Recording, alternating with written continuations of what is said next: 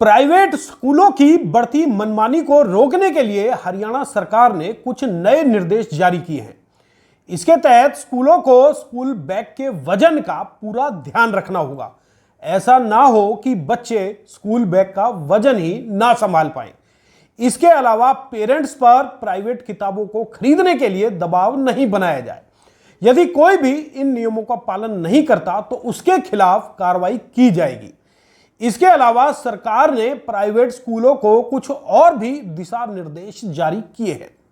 आज हम इसी विषय पर चर्चा करेंगे और आपसे इस दिशा में सुझाव भी मांगेंगे कि सरकार को प्राइवेट स्कूलों की मनमानी पर रोक लगाने और आम जनता को राहत देने के लिए किस तरह के ठोस नियमों की जरूरत है।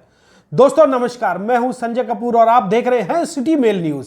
सरकार के निर्देश के बाद शिक्षा विभाग ने सभी निजी स्कूलों को इस प्रकार के आदेश जारी कर दिए हैं। यदि कोई नियमों का पालन नहीं करता तो पेरेंट्स इसकी शिकायत दर्ज करवा सकते हैं। इसके लिए जिला शिक्षा अधिकारियों के ईमेल आईडी और मोबाइल नंबर भी जारी किए गए हैं। शिक्षा विभाग के अधिकारी किसी भी समय स्कूलों की जांच कर सकते हैं। यदि इन स्कूलों में नियमों का उल्लंघन मिलता है तो तुरंत एजुकेशन विभाग कार्रवाई करेगा। सांसद कुमारी शैलजा ने हाल ही में इन स्कूलों द्वारा की जा रही मनमानी का मुद्दा उठाया था। शैलजा ने कहा था कि सरकार आंख बंद करके तमाशा देख रही है। इसके बाद ही शायद सरकार हरकत में आई और प्राइवेट स्कूलों को तमाम दिशा निर्देश जारी कर दिए।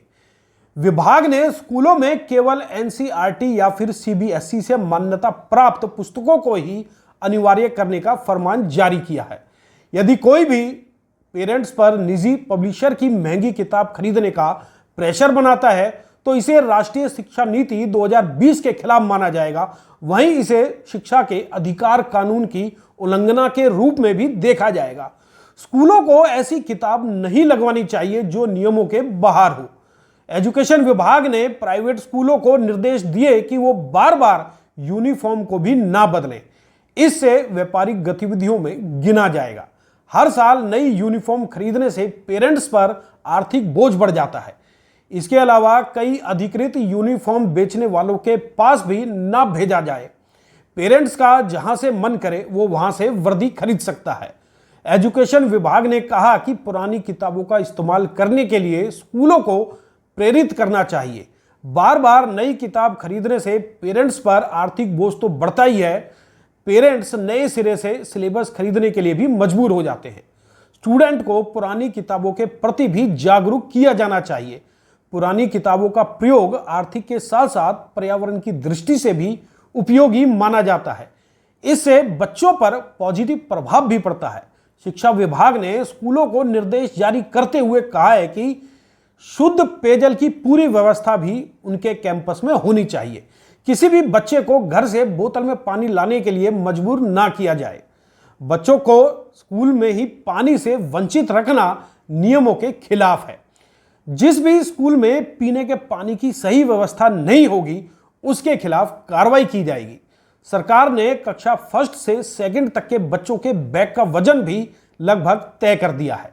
दूसरी कक्षा तक के बच्चों का बैग 1.5 किलोग्राम से ज्यादा भारी नहीं होना चाहिए। बचपन के हिसाब से यह बच्चों की सेहत के लिए खिलाफ है। ज्यादा बोझ उठाने से बच्चों को फिजिकल परेशानी हो सकती है। स्कूल बैग के नियमों का पालन करना भी जरूरी है। एजुकेशन डिपार्टमेंट की तरफ से कहा गया है कि एजुकेशन को गैर लाभकारी संस्थान के रूप में स्वीकृति मिलती है, इसलिए इसे व्यवसाय नहीं बनाना चाहिए। यह क्षेत्र बच्चों को शिक्षित करने के लिए है, ना कि अपना फायदा उठाने के लिए। मुनाफे की प्रवृत्ति पर रोक लगानी होगी। प्राइवेट स्कूल केवल अपने खर्च वहन करने के लिए ऐसा कर सकते हैं, लेकिन मोटा मुनाफा ठीक नहीं रहेगा। हालांकि इन नए नियमों को हरियाणा की नायब सिंह सैनी की पॉजिटिव पहल के रूप में देखा जा रहा है, लेकिन अब निर्भर करता है कि राज्य के शिक्षा विभाग पर कि वो इन प्राइवेट स्कूलों को सरकारी नियम लागू करने के लिए कितना बाध्य कर पाते हैं। दोस्तों, अब सरकार द्वारा बनाए गए इन नियमों पर आप क्या सोचते हैं? क्या सरकार इन स्कूलों पर ये नियम और कानून लागू करवा पाएगी? इस पर कमेंट बॉक्स में अपने विचार जरूर शेयर करें ताकि आपके विचारों को सरकार तक आसानी से पहुंचाया जा सके।